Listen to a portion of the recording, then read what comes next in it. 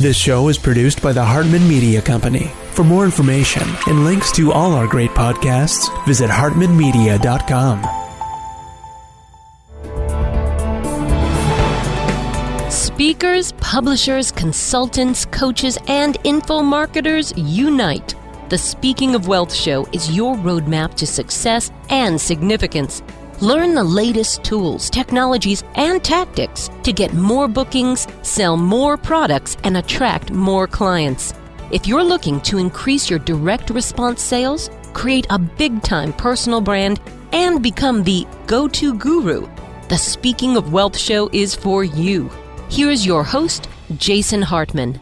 Hey, it's my pleasure to welcome Zack Swinehart to the show. He is the founder of Online in a Day, and he has a really cool, unique selling proposition, a unique way to do web development. I've definitely found over the years, having done many, many website projects, that these projects tend to kind of drag on, and they're never really completely finished. So I'm looking forward to hearing from Zack today about his unique solution to that. Zack, welcome. How are you? Doing great. Thanks for having me. Yeah, my pleasure. Tell us about how you came to do Online in a Day. I mean, were the problems pretty much as I described them? Yeah, I'd say so. Do you want a long story version of it or a short story version? Short story version. Our listeners have ADD, entrepreneurial ADD. So the short story is that I was doing websites the, quote, typical way for a long time. Probably of the 6 or so years I've been doing websites, like 4 of those were doing it the old way. And I got burnt out because what would always happen is I'd have all these projects going on at once where I'd be like waiting on content from the client or something like that. And then it'd be super slow. And then everybody would decide to get their content together in one day. And I'd get a full inbox and all that stuff. And so anyway, getting burnt out on that process, or for example, when you're feeling creatively driven to do a design and you put something together and email it off and then you don't hear back for a couple of days, it's not like that creative drive is still lingering around. So I had met a friend who was doing kind of like a quick turnaround sort of approach for template sites. So he had like an Online in a Day, I don't know what he called it, but he had something essentially where he would do little templated sites where people could pick from like 5 templates and he'd install that template on WordPress, that sort of thing. But I'm really competitive, and I've never met a developer who's quite as efficient as me. And so I decided that it would be a fun challenge to see if I could do something like that, but with the same quality of websites that typically are stretching out over a couple of months. And so I gave it a try for a few clients, and it worked great. And in the probably 50 or so of these Online in a Day sites that I've done, I can think of maybe one that didn't go smoothly, that just took some extra time and kind of had to backtrack from inefficiency. But Right, yeah. And is everything you do on WordPress? I prefer it to be, let's put it that way. Everything's not. I'm happy to make static sites. It just, there aren't many reasons to put something elsewhere, in my opinion. Yeah, I agree with you. Okay, so take us through the day, Zack. Whether or not people use your service, I think they can learn a lot by the schedule. I remember when I first learned about you, I looked on your website and I looked at this schedule and I thought, you can do a website in a day. Just dedicate a day, knock the project out, and boom, it's done. Rather than this 200 emails back and forth, phone calls, getting other team members on the call, that kind of stuff. It really seems like a very good process. Take us through the schedule, if you will, how the calendar looks that day. Cool. And a little follow-up to it for your listeners to be thinking about is that I have used this Online in a Day approach to things in a lot of different places in my life with huge success since doing it for websites. So like recently I started getting into game development, and instead of having that take huge months of time, I decided that I would just essentially set aside a week where I just took the week off from clients, and it was like a staycation where it was all about learning and kind of doing a similar cranking process. So it applies in a lot of ways. But yeah, so the schedule for Online in a Day. Well, you don't just leave it there. Hang on a second.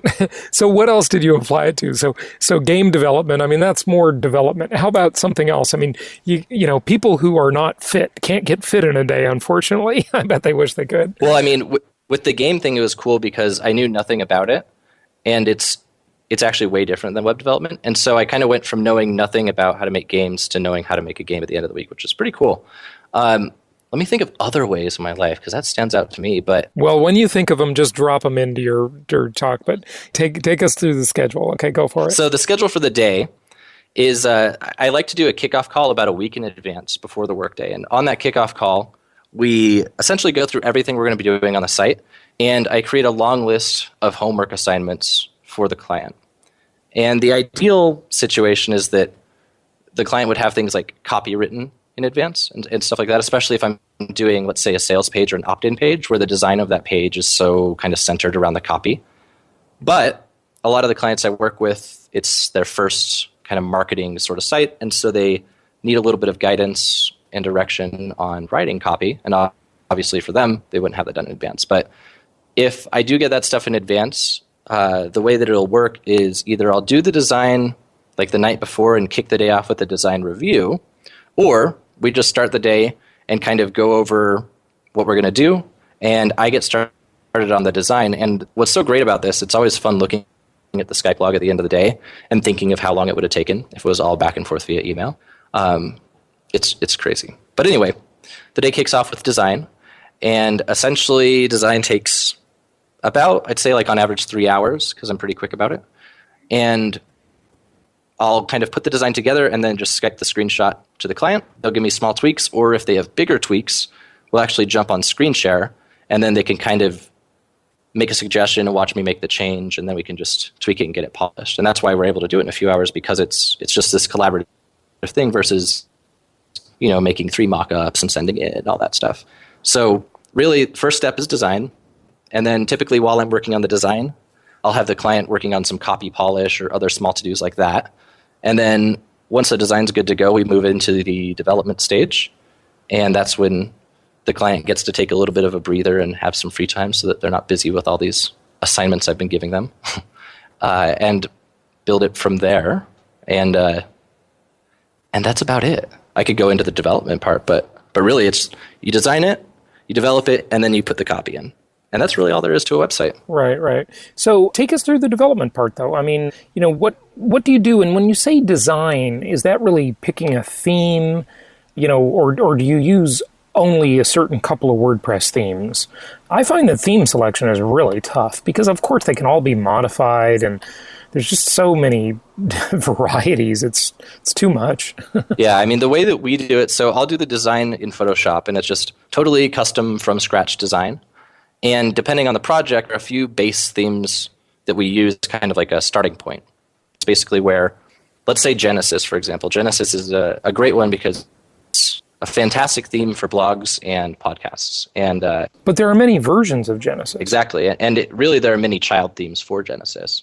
And so that's what we do if we're going to use Genesis for it, which, like I said, we do for podcasts and stuff, is I'll do the design in Photoshop, and then we'll just build a Genesis child theme and modify it so that it looks just like that Photoshop file. Okay, and explain to people, what is a child theme? Child theme will inherit a lot of the functionality and styles from the parent theme, but it'll allow you to customize that without having to edit the theme directly. Because let's say you did hack the Genesis theme directly and you just edited the code. Well, if a Genesis theme update comes out and you update it, all of that stuff you customized is just going to get wiped. Whereas when you make a child theme, it allows you to keep your theme, your main Genesis theme, up to date so that it's secure and has the latest code and all that stuff without having to edit it directly. So that's really the power of child themes. Mm-hmm. Okay, good stuff. So I took you on the tangent of the child theme, but now I don't remember what you were saying before. We were talking about theme selection and all of that stuff. So to circle back, so essentially there are a few themes I'll use for things. So Genesis is my go-to for podcasts and blogs because the code's fantastic, it loads quickly, and it's a great foundation to build on top of. And then for sites that are more like small business type sites, I guess you could say, that aren't really as heavy on the blog and they're more kind of heavy on page-by-page content, I lean towards a theme called Enfold, and we'll create a child theme for that one, and it has a really handy layout builder in the back end, which essentially allows the content administrator who doesn't know about code to create these nice multi-column layouts and add complex elements, like let's say a JavaScript accordion or maybe a pop-up or something like that normally would require a lot of code, But in this case, they can just kind of drag it in and modify it. And to do that in Genesis themes, we use a plugin for it, which creates a similar functionality, but it's just kind of nice with Enfold that built in. And with Enfold, because Jason and I cut out a minute ago, and I don't know if it's going to be included, what I was saying is that Enfold's great for small business type sites. So we use Genesis for like podcasts and blogs because it's fantastic for those. And Enfold is a little bit better for a standard small business site where the content is delivered more, with like page content than with blog posts or podcast posts or something like that. And the third thing that we'll start from that can be tacked on top of both Enfold and Genesis is Optimize Press, which is what I like to use when building opt-in pages and sales pages. And that's just a plugin you can add on. We were talking, more broadly about like design, right? So picking a theme. And then when you say design, Zack, what do you mean? I mean, are you acting as like a branding agency and helping someone determine their colors and their logo and their whole look and feel? Or what do you mean when you talk about design? So it varies depending on the client. I am a very good website designer, but I don't consider myself as good of just a straight up illustrator or artist. And so when it comes to logos, it kind of depends on the client. If I'm not really sure what they want, I'll usually have them go to 99 Designs so that they can get a lot of options and make a choice. I usually only will do logos if there's a lot of clarity from the client about what they want and they just kind of want me to do it.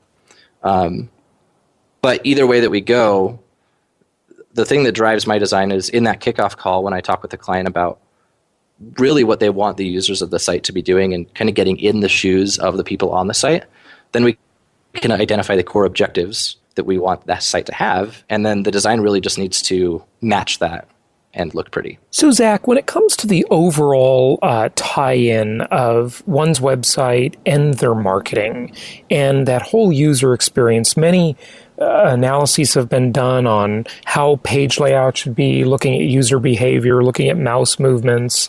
Many books have been written on that topic. Just share any of your best practice thoughts on those topics, if you would. So the first thing that you can ask yourself is who it is that's on your site and what they're looking for.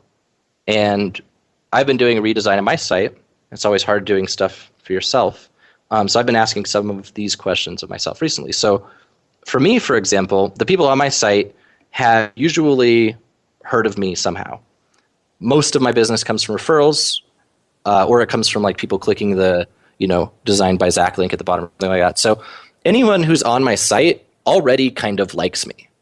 And if that's the case with you, if you do a lot of referral business, that is going to affect how you should craft your user experience versus if no one likes you yet and stuff. So for me, if people already have a generally good opinion of me versus a neutral opinion, I'm kind of trying to address what they might be looking for. So what I ironed out as probably what most people on my site care about would be relevant work that I've done that is similar to what they're looking to do, how my pricing works, my process, because a lot of people who are coming have heard of my online in a day thing, and that's cool, and they want to learn more, and my time to push the site live between working with me and being live on the internet. I think that those are probably the biggest things that my traffic cares about. So if you can think of the people coming to your site, what the biggest things are that they care about, and really try to get into their shoes, it'll be the right foundation to structure everything based on compared to doing that last or not doing it at all. I think that's the most important part is thinking of who's using your site and making it work for them, and that's for the design and then like the architecture of the content.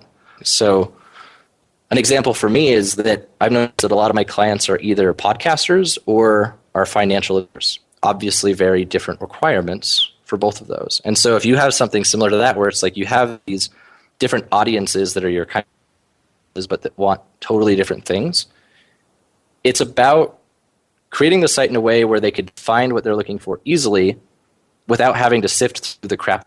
So in my case, for example, if I did have something that was different when I worked with a podcaster versus an advisor, I might have a panel at the top of the page that simply says, who are you? And they could click podcaster or they could click financial advisor. And then based on what they click, I could essentially serve them a landing page customized for what they care about. So not to go too much down that road, but essentially starting with what your audience cares about and then crafting everything from there. So for example, with me. If someone cares about pricing, well, then I'm going to probably put a couple of pricing things on the homepage right by the contact form, so that if someone's going to be contacting me, they should already know how much I cost and stuff like that. Before I ramble more, do you have questions or anything that I've said? No, I think that's good. And, so obviously if this is if you have pre-rapport with these people, like a lot of podcasters do, for example, because their potential customer first discovered them by listening to them. And then maybe much later, after listening for quite a while, I know that happens with me, they visit my website. And, what are they looking for? And if your business is something where you're selling a commodity type business, which I don't recommend, and you're competing on price, heck, you need the prices right there. If it's not, and if they're hearing about that on your show, you don't. It just kind of depends. Like, really think, walk in their moccasins, as the old saying goes. Very good points. Very good points. Yeah. So any other case studies that you want to share about any of your customers, kind of what they did, Zack, and what worked, what didn't work, or maybe the customers you don't have, but you see people out there making mistakes. There's a lot to learn from mistakes, of course. I can say with a lot of the sales pages and stuff that I do, a lot of the time, so like when I came in with Entrepreneur and On Fire and revamped a few of their sales pages, a lot of the time the situation will be that previously, it just wasn't really direct. It didn't have a flow. Like, you can think of let's say a sales page or any component of a website. I think it's best thought of as like a story almost that you take people through, compared to a bulletin board where you just pin up a bunch of random crap. And so when I'm thinking of how things make sense, if you can, as somebody who's not familiar with it, which is obviously hard if it's your own thing and you are familiar with it. But if somebody who's not at all familiar with it can go through the motions that you want them to go through without it, I guess, being confusing for them, then that's a good thing. And so what's nice when I go into sales page redesigns with clients and stuff is that if I've never heard of them and I've never been on their sales page, then I can harness that kind of gut instinct impression that I get when I'm through it. So what's hard with making formal case studies and stuff is that a lot of my clients aren't great at metrics. So what I really want that I don't have, I really want to say, hey, I designed a new sales page for this person and I made them an extra $50,000. But unfortunately, I don't have that. But it is nice because there are a lot of opportunities with some of my clients, like Entrepreneur on Fire is a great one. I'm working with John on doing some testing and like split testing with Visual Website Optimizer to find things like on the homepage, for example, what we're testing right now is just some different headlines for the opt-in form to see what's converting the best. I'd say that as far as getting started with your site in the best way, if you have some sort of metrics, even if it's just simple Google Analytics, having something is always better than nothing. And testing while it's boring and a pain is one of those things that is just so awesome about the web that you can actually do it. Yeah. You just got to do it. Yeah. Right.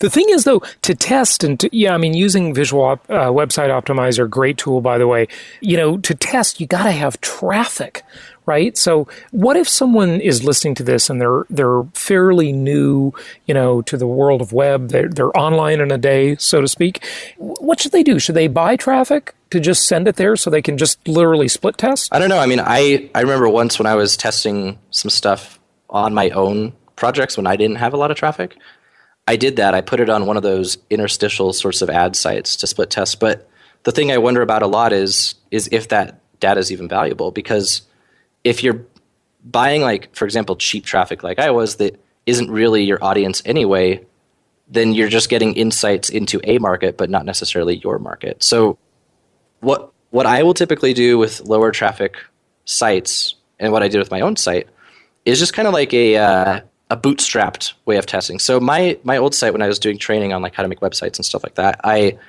would get about 1,500 visitors, unique visitors a month, which isn't a ton. And it's, it's not nothing, but it's also not something that takes that long to build.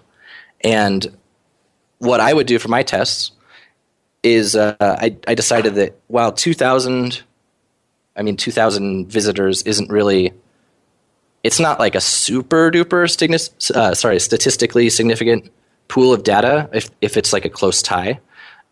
It's still enough. So what I would do is I'd essentially put up one homepage for a month or a month and a half or something. And then what I would do then is I'd go into Google Analytics and essentially say, I want to see all of my unique visitors from this date to this date. So I'd say, okay, there are 1,500 visitors here. And then I would go into Aweber and I would look at how many subscribers I got between that same date range. So I'd see, okay, I got 1,500 visitors, and from that, let's say I got 150 subscribers, so that I would easily know, okay, this one converted 10%. So I'd launch a new page that I'd keep up for 6 weeks, and then do that exact same thing. And you can kind of just, you don't have to do simultaneous campaigns and anything fancy. You can just kind of keep a little Word document or whatever you do to track your performance. And by doing that, I was able to increase my conversion rate by about 40% over the course of a few months, which was pretty cool. Hugely significant. Yeah, hugely significant. Congratulations. Yeah, that's good. I think people in the internet world get too hypnotized by big numbers.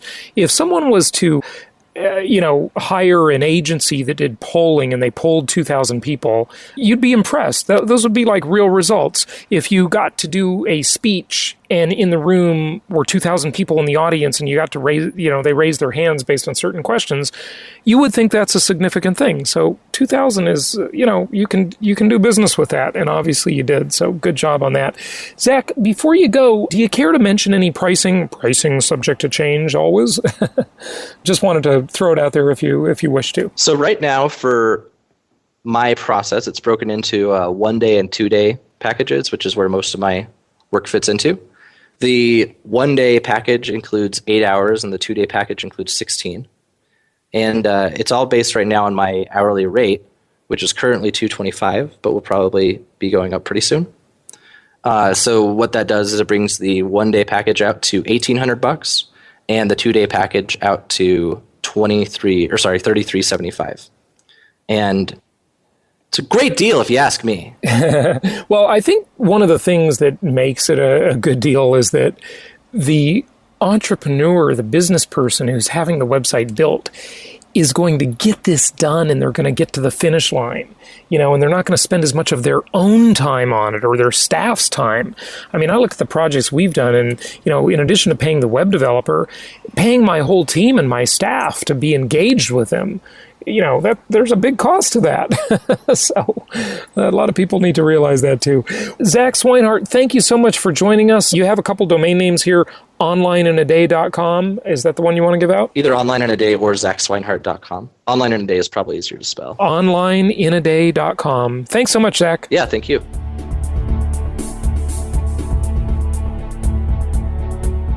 This show is produced by the Hartman Media Company, all rights reserved.